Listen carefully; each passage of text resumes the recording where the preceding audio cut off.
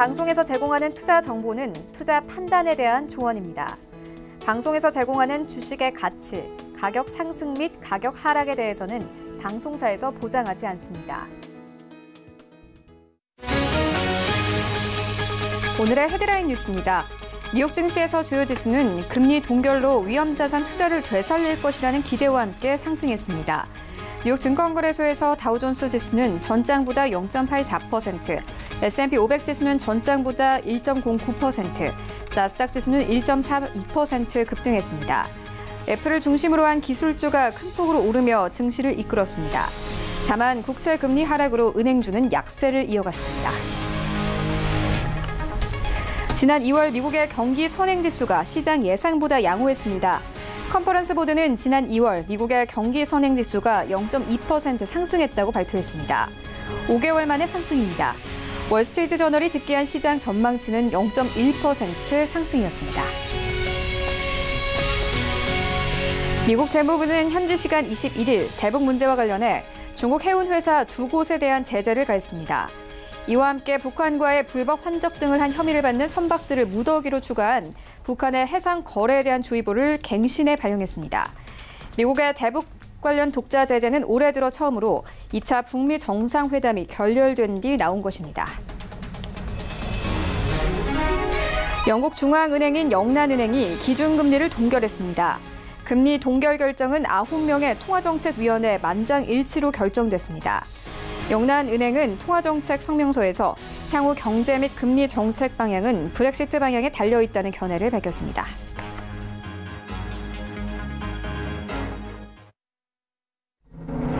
시청자 여러분 안녕하십니까. 출발 증시와이드 1부 시작합니다. 최효은입니다. 어제 우리 증시 양지수 엇갈리면서 마감이 됐습니다. 코스피의 경우에는 상승하면서 2180선에서 마감이 됐고요. 코스닥은 하락하면서 740선에서 마감이 됐습니다. 사실상 어제 코스피 시장은 외국인들이 이끌었습니다. 4천억 원 넘게 매수를 했는데요.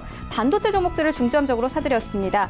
어제 마이크론 측이 감산 계획을 발표하면서 삼성전자와 SK하이닉스가 반사 이익을 볼 것이라는 분석과 함께 반도체주에 대한 이 매수세가 유입이 되기도 했습니다. 반면에 코스닥의 경우에는 감사 리스크가 불거지면서 오히려 우려감이 짙어졌는데요. 이런 가운데 뉴욕 증시 3대 지수는 모두 강한 상승세를 보였습니다. 이런 시장 상황들 오늘 출발 증시 와이드 일부와 함께 정확하게 알아보도록 하겠습니다. 네, 먼저 라이브 이슈타임에서는요. 어제 사실상 미국이 금리 동결 의지를 밝혔습니다. 이와 함께 위험 자산 선호 심리가 강해질 것이라는 전망 나오고 있는데요. 함께 살펴보고요. 이어서 작년에 이어 요즘에도 가장 뜨거운 종목이죠. 바로 힐라코리아입니다. 최근 외국인들의 매수세가 계속 유입이 되고 있는데 함께 투자 의견 들어보도록 하겠습니다. 네, 이어지는 이 월가 산책 시간에는요. 보잉 사태와 관련해 미국 당국의 관리 감독 스캔들 의혹이 불거지고 있습니다. 관련 내용들 조금 더 자세하게 살펴볼 테고요. 이어서 유럽연합이 구글의 불법적 관행에 대해 과징금을 부과했습니다. 정확한 내용 함께 살펴보도록 하겠습니다. 출발 증시와이드 1부 지금 출발합니다.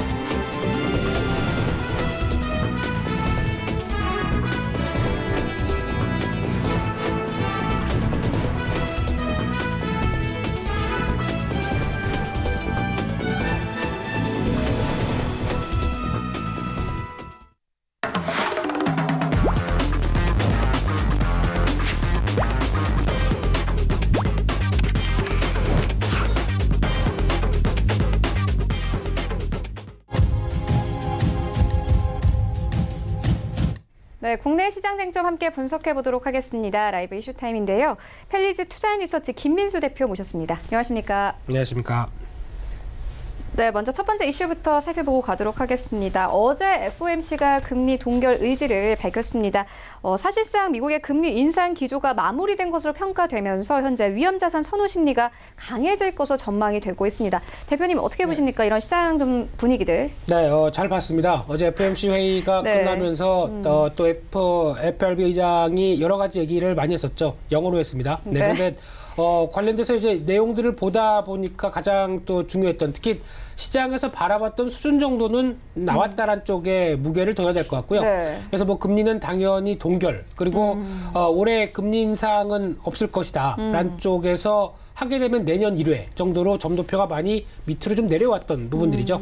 거기와 함께 이제 가장 또 시장을 주목했던 게 금리 관련된 부분보다 대차 대조표 관련된 얘기들이 가장 중요하지 않았을까 생각되고 있는데, 그런 관점 쪽에서 이제 또 이쪽도 거의 후퇴하기 시작했죠. 그래서 지금 기존에 한 매월 300억 달러 쪽에서 150억 달러 쪽으로 5월 달부터 반으로 줄이고, 그리고 올해 안으로 거의 끝날 것 같다라고 얘기하게 되면, 이 부분이 가장 중요하게 바라보셔야 될 부분 중에 하나가, 이 대차 대조표를 통해서 그동안까지는 지금 양적 완화의 대명사였었죠. 그런 관점 쪽에서 돈을 푸는데 가장 중요한 역할을 많이 했던 부분들을 이제 긴축을 하겠다라는 관점 쪽에서 금리도 올리고 이쪽도 다시 회수하고 하는 현상들이 나오는 부분들이었는데, 지금 같은 경우 흐름을 보다 보니까 기존의 양적 완화를 통해서 4조 5천억 달러, 뭐 우리나라 돈으로 얼마입니까? 네, 이 정도를 시장에 풀었다가 이번에 긴축을 시행하면서 회수하는데 아직까지 1조 달러도 회수 다 못했습니다.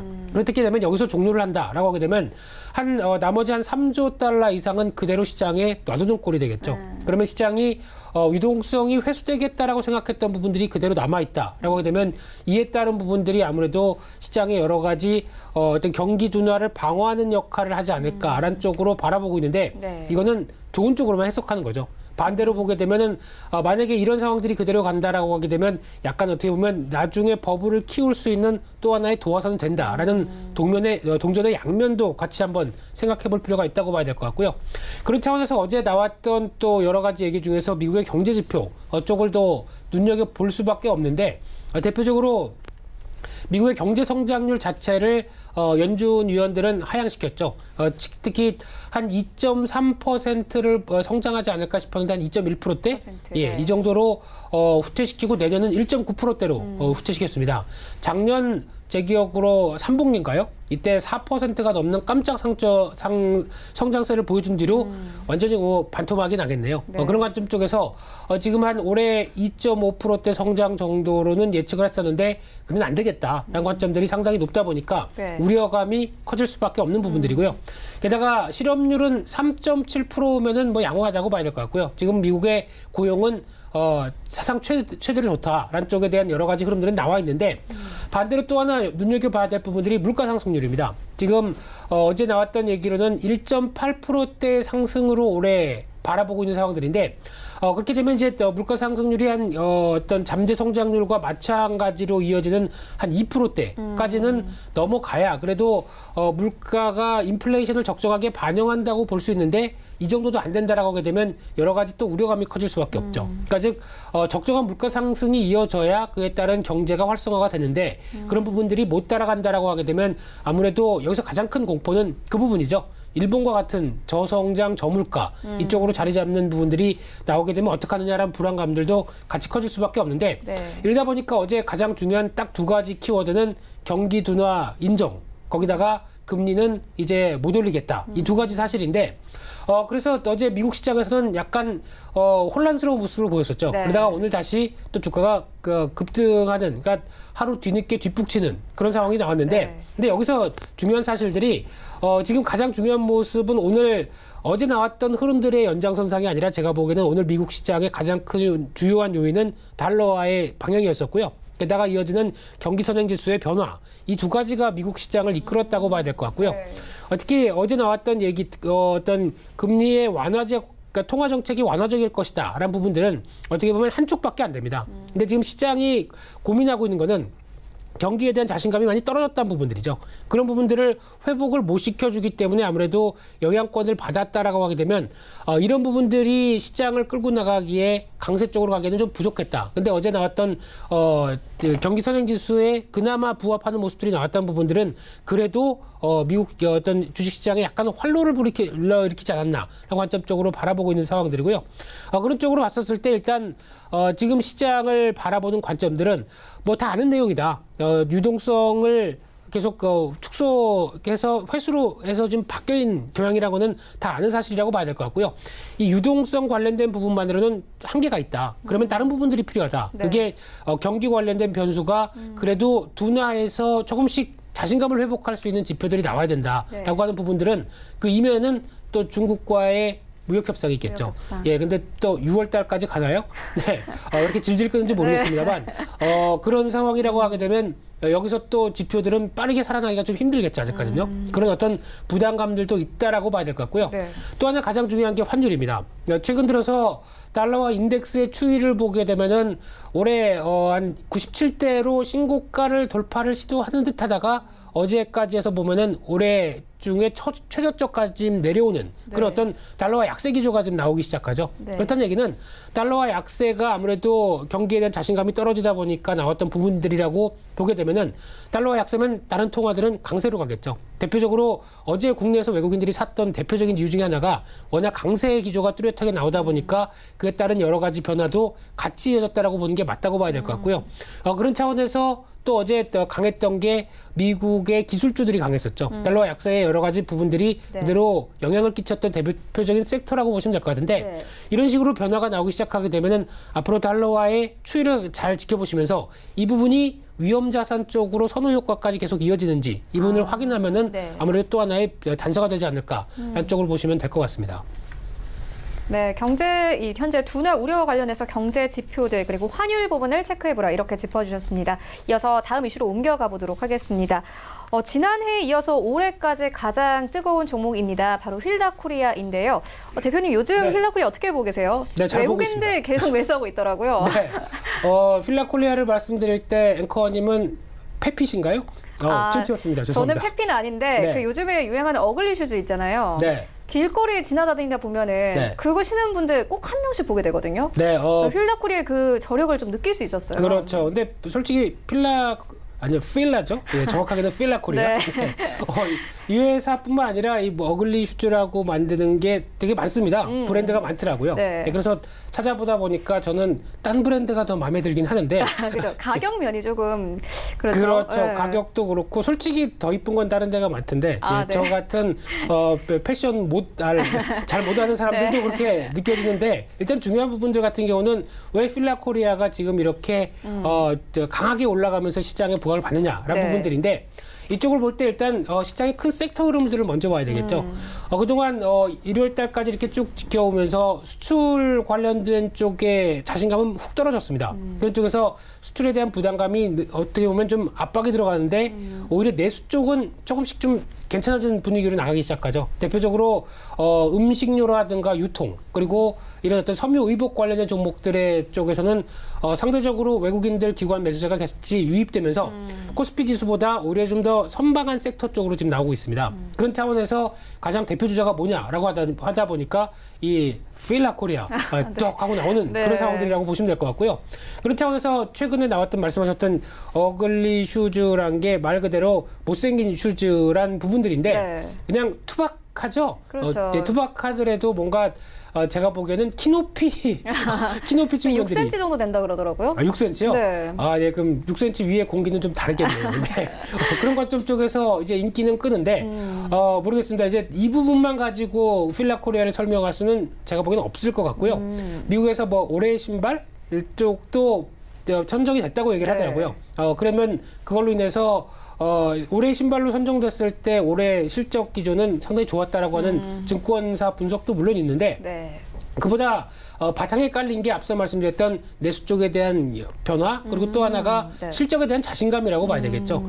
작년 실적을 보게 되면 매출이 거의 3조대 근접하면서 전년 대비에 17% 증가를 했고요. 그리고 영업이익은 3,570억, 64% 증가했다라는 수치가 지금같이 어떻게 보면은 저성장이 만연한 그런 상황 쪽에서 작년 기업들 실적 가지고 고생 많이 했는데 네. 이런 회사는 실적이 우리는 좋았습니다 라고 딱 보여주게 되면 당연히 시장이 환호하겠죠. 네. 그런 관점 쪽에서 일단 해석하는 게 중요할 것 같고요.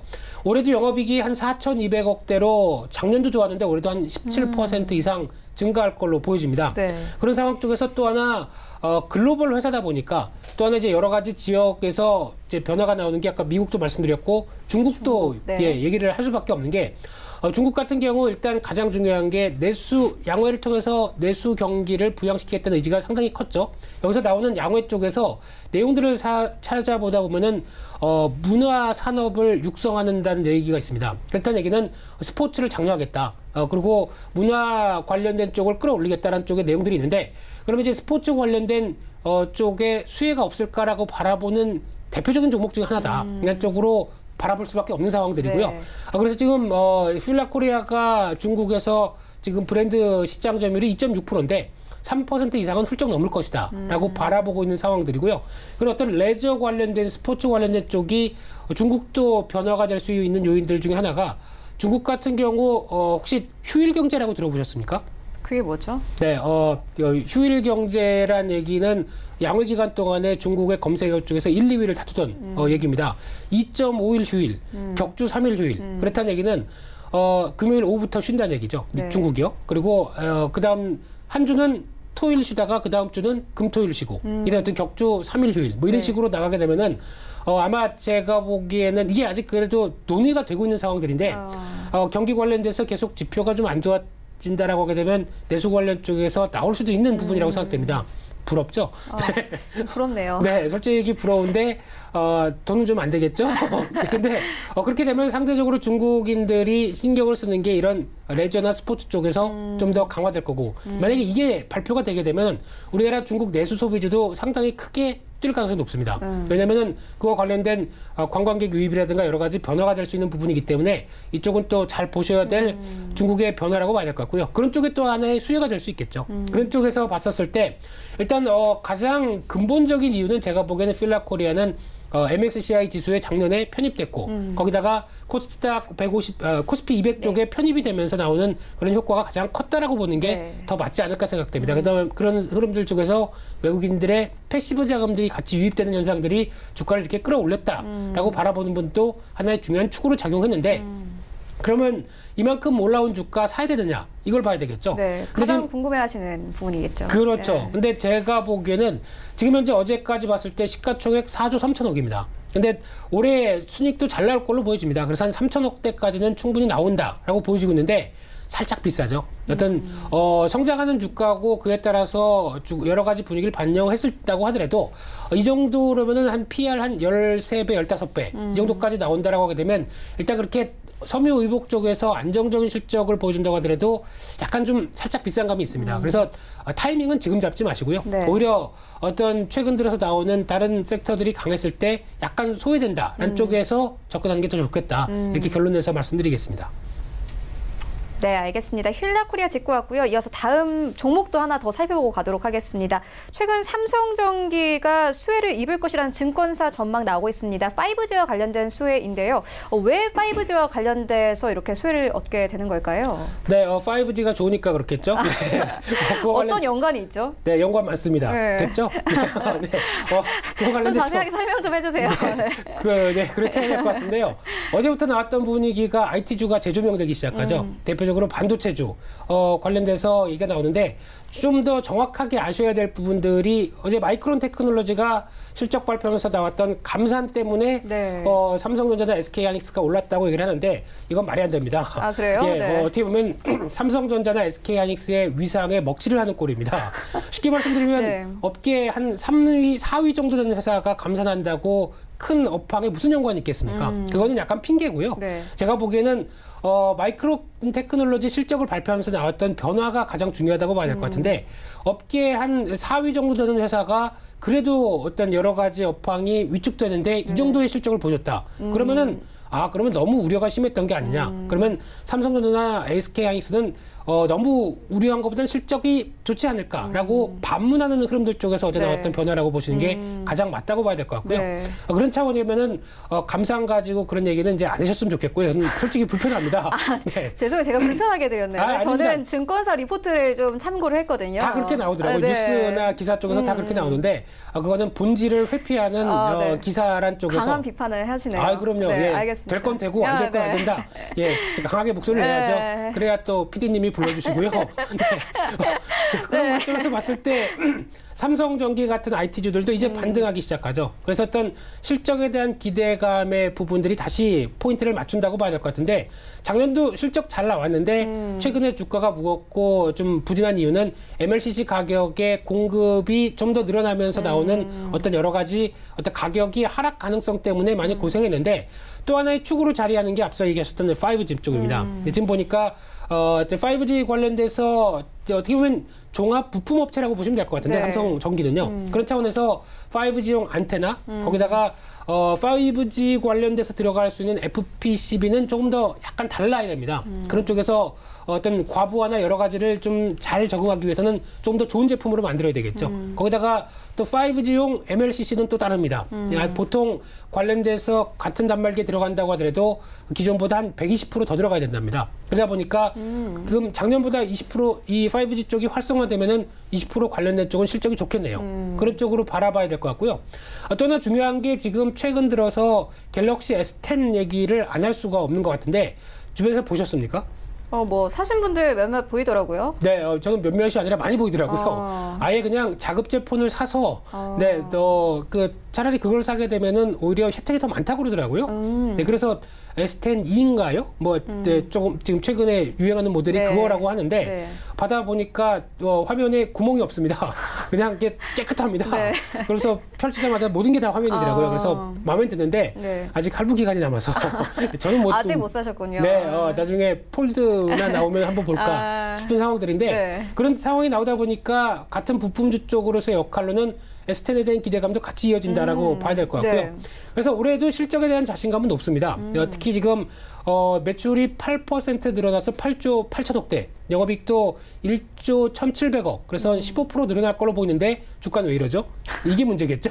그죠. 네. 그래서 지금 시가총액이 7조 6천억이라고 하게 되면 지금 나오고 있는 실적, 올해 예상되는 실적보다도 훨씬 더 어떻게 보면 좀 그렇게 비싸지 않은 수준입니다. 근데 지금 더 싼 삼성전자나 SK하이닉스도 있다 보니까 어떻게 보면 길을 못 피고 있는 상황들이죠. IT주는 지금 실적 전망이나 여러 가지 부분에 대해서 여전히 저평가인데 이를 어떤 회복할 모멘텀을 보여주느냐가 가장 큰 단서라고 보여지고 있는데 그런 차원에서 봤었을 때는 일단 반도체가 움직이면서 다음 타자 이런 식으로 대기는 하고 있다는 쪽으로 주목하실 필요는 있습니다. 근데 이제 가장 중요한 거는 그동안 너무 어떤 공매도가 강화되면서 나왔던 여러 가지 변화점 그리고 또 어떤 수급과 관련된 쪽에서 이제 계속 별로 그렇게 썩 안 좋았었죠. 그런데 어제 처음으로 외국인 기관이 동시 매수를 했는데 이런 변화가 기조적으로 이어지는지를 확인하시면서 볼 필요가 있는데 제가 보기에는 사도 된다고 생각합니다. 이 정도라고 하게 되면 뭐 10만 원대 근처에서는 크게 손해 볼 일은 없을 것 같다라는 관점 쪽으로 보시면서 이제 IT주의 동향, 반도체주의 동향도 같이 확인하시는 전략들이 가장 필요할 거다 이렇게 보여집니다. 네, 알겠습니다. 삼성전기에 대한 이슈도 함께 짚고 왔습니다. 지금까지 펠리즈 투자인리서치 김민수 대표와 함께했습니다. 고맙습니다. 감사합니다.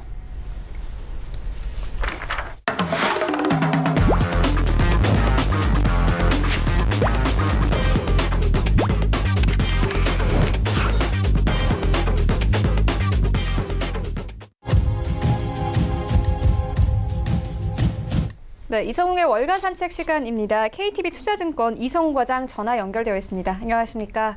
네, 안녕하십니까? 네, 먼저 첫 번째 이슈부터 짚고 가도록 하겠습니다. 최근 이 보잉 사태와 관련해서요, 미국 당국의 관리 감독 스캔들 의혹이 불거지고 있는 상황입니다. 미국 법무부와 FBI 그리고 교통부 등이 전방위 조사에 착수를 했는데요. 좀 자세한 내용 살펴봐 주시죠. 네, 뭐 다 아시다시피 안타까운 그 사건이죠. 에티오피아 항공 여객기 추락 사고 이후에 말씀하셨던 안정성 논란이 계속 불거지고 있는 상황인데요. 그렇기 때문에 미국 항공 당국에서도 이런 그 관리 감독 스캔들 의혹이 지금 현재 시장에서 나오고 있는 상태라고 볼 수 있겠고요.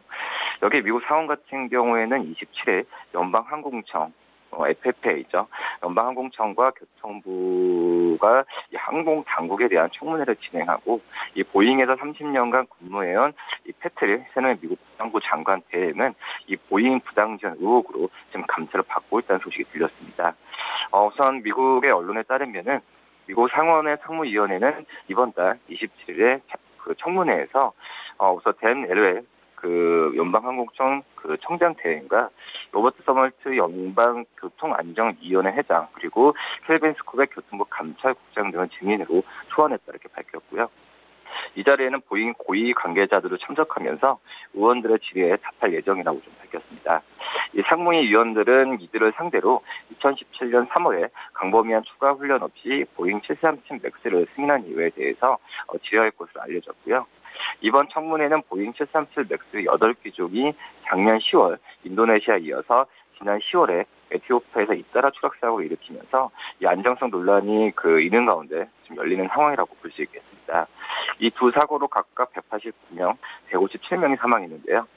에티오피아 사고 발생 이후 보잉 737 맥스 기종에 대한 승인 절차에서 스태가 있었다는 의혹이 불거지면서 이 관련 정부 기관과 기업들에 대한 조사가 이루어지고 있습니다.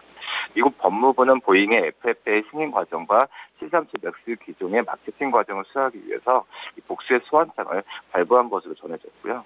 다만 어떤 혐의로 소환장이 발부됐는지는 명확치는 현재 않은 상황이라고 볼 수 있겠고, 이와 함께 미국 국무부 이 감찰관실은 세노엔 대행이 이 보잉에 특혜를 주기 위해서 국방부를 압박했는지 조사해달라는 시민단체의 진정을 이날 접수하면서 이 조사를 개시했습니다. 앞서 비영리 공익단체인 워싱턴의 책임과 윤리를 위한 시민들 같은 경우에는 이 국방부 감찰관실의 세노엔 대행이 이 보잉의 전투기 F-15를 구매하도록 국방부에 압력을 놓고 이 회의 중에서 이제 보잉의 경쟁사죠 록히드 마틴을 깎아내리는 발언을 했는지 확인해야 한다고 주장했습니다. 이 세노엔 대행은 지난주 상원에 출석하면서 관련 의혹에 대해 조사를 기꺼이 받아들이겠다고 말했었고요. 이 연방항공청은 에티오피아 사고기 블랙박스에서 복원된 이 비행 기록과 음성 녹음 등을 본격 검토하겠다고 밝혔습니다. 우선 관계자는 사고 발생에 귀한 환경을 이해하는 것이 해당 기종에 대한 추가적인 조치와 운행 복귀를 위해 중요하다라고 좀 말했습니다. 네, 알겠습니다. 이어서 다음 이슈로 옮겨가 보도록 하겠습니다. 유럽연합이 구글의 불법적 관행에 대해 과징금을 부과했습니다. 보니까요, 이 아마존이나 애플, 페이스북 그리고 다른 미국의 IT 기업을 상대로 대대적인 위법 행위 조사에 나설 계획이다. 이렇게 현재 보도가 나오고 있는 상황인데 앞으로의 주가 흐름에 좀 영향 있을 것 같습니까? 네, 우선 유럽연합이 이제 검색 광고에서 그 전에 부과했던 것처럼 구글에 약 1조 9,150억 원의 과징금을 부과했다는 소식이 나왔는데요. 이번 과징금까지 더해서 유럽연합은 지난 2년 동안 구글에 3차례의 과징금을 부과했습니다. 로이터 통신 등에 따르면은 마르크레테 바스케라드 유럽연합 경제 담당 집행위원은 이 기자회견에서 이런 말을 했는데요. 구글이 지난 2006년부터 2016년까지 온라인 검색 광고 시장에서의 독점적 지위를 불법적으로 남용한 것에 대해서 과징금을 부과한 것이라고 밝혔고요. 유럽연합 집행위원회에 따르면은 구글은 자사의 배드댄센 서치 서비스를 통해서 이 검색 광고와 웹사이트를 연결해주면서 웹사이트의 경쟁 업체들의 광고를 싣지 못하도록 했습니다. 실제로 지난 2006년부터 구글은 제3자 웹사이트와 계약 시 이 검색 결과 페이지에 경쟁업체의 광고가 노출되지 않게 하는 조항을 넣었고요. 2009년 3월부터는 제3자 웹사이트에서 자신들의 광고의 최소 노출 횟수와 가장 이익이 나는 공간에 자신들의 광고 배치를 요구하기도 했습니다. 우선 집행위원 같은 경우는 구글의 이러한 불법적인 관행은 이 광고업체와 웹사이트 소유주들의 선택의 폭을 높이고 소비자 가격도 인상시킬 수 있다라고 지적했고요. 이 업무 담당 수석 부서장은 유럽연합의 과징금 소식을 총명을 내고 우선 우리는 항상 건강하고 번창하는 시장이 모든 이들에게 이익이라는 점에 뜻을 같이 해왔다고 밝혔고요. 우리는 이 유럽연합 집행위원들의 우려를 해소하기 위해서 우리 제품에 다양한 변화를 주고 있다고 말했습니다. 그러면서 우리는 유럽 내 경쟁업체들의 광고의 노출을 늘리기 위해서 앞으로 몇 개월간 추가적으로 업데이트 진행할 것이라고 밝혔고요. 유럽연합은 지난 2017년 구글이 경쟁업체들보다 자사의 쇼핑 사이트가 먼저 검색되도록 했다면서 24억 2천만 유로, 약 3조 1,116억 원의 과징금을 물렸습니다. 작년 같은 경우에도 이 안드로이드 스마트폰 운영 체제를 남용하면서 경쟁 법규를 위반했다면서 43억 4천만 유로에 우리나라 돈은 5조 5,800억 원의 과징금 부과한 전례가 있습니다. 네, 알겠습니다. 이어서 다음 이슈로 옮겨가 보도록 할 텐데요. 이전에 방금 속보 들어왔습니다. 이 영국 하원이요. 메이 총리의 브렉시트 합의안에 동의하면은 이유는 오는 5월 22일까지 브렉시트 시점을 연장하기로 했다고 합니다. 5월 23일에서 26일로 예정된 유럽 의회 선거 직전까지만 허용하겠다 이런 의미로 좀 받아들일 수 있을 것 같은데요. 그렇다면 브렉시트 관련 상황 방향성 앞으로 어떻게 좀 전개될까요? 추후에 봤을 때는 아직까지 노딜 브렉시트에 대한 우려감은 시장에는 있다라고 좀 판단이 되고요.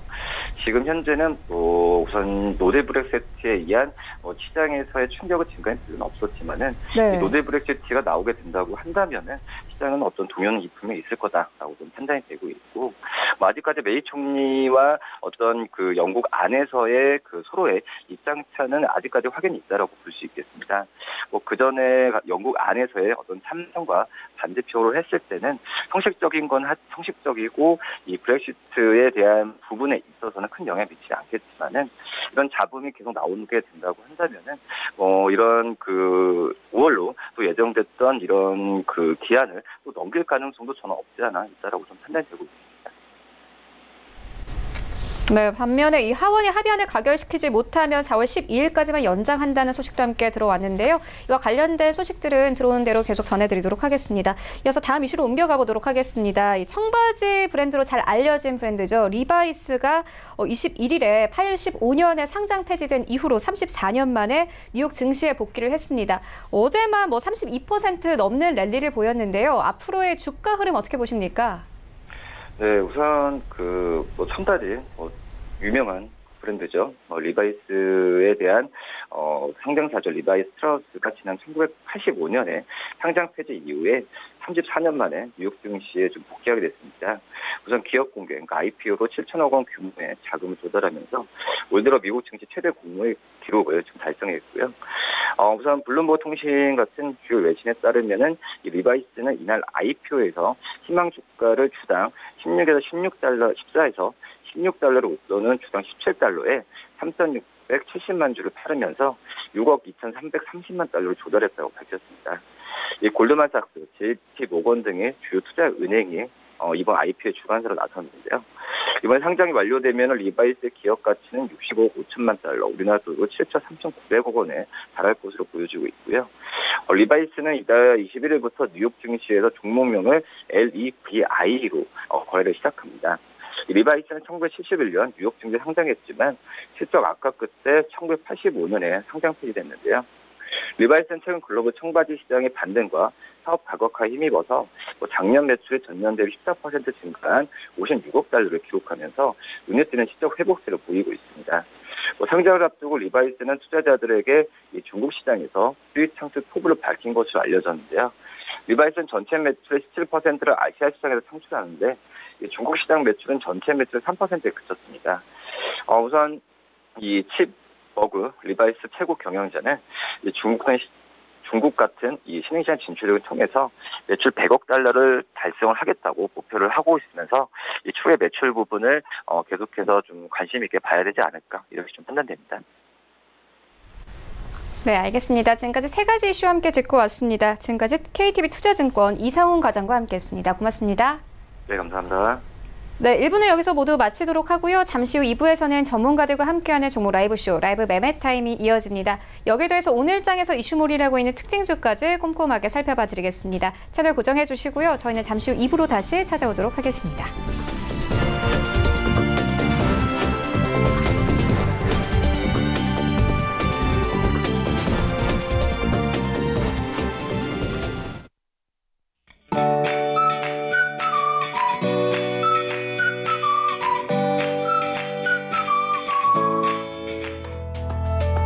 안녕하세요. K웨더 라이프스타일 예보 오주호입니다.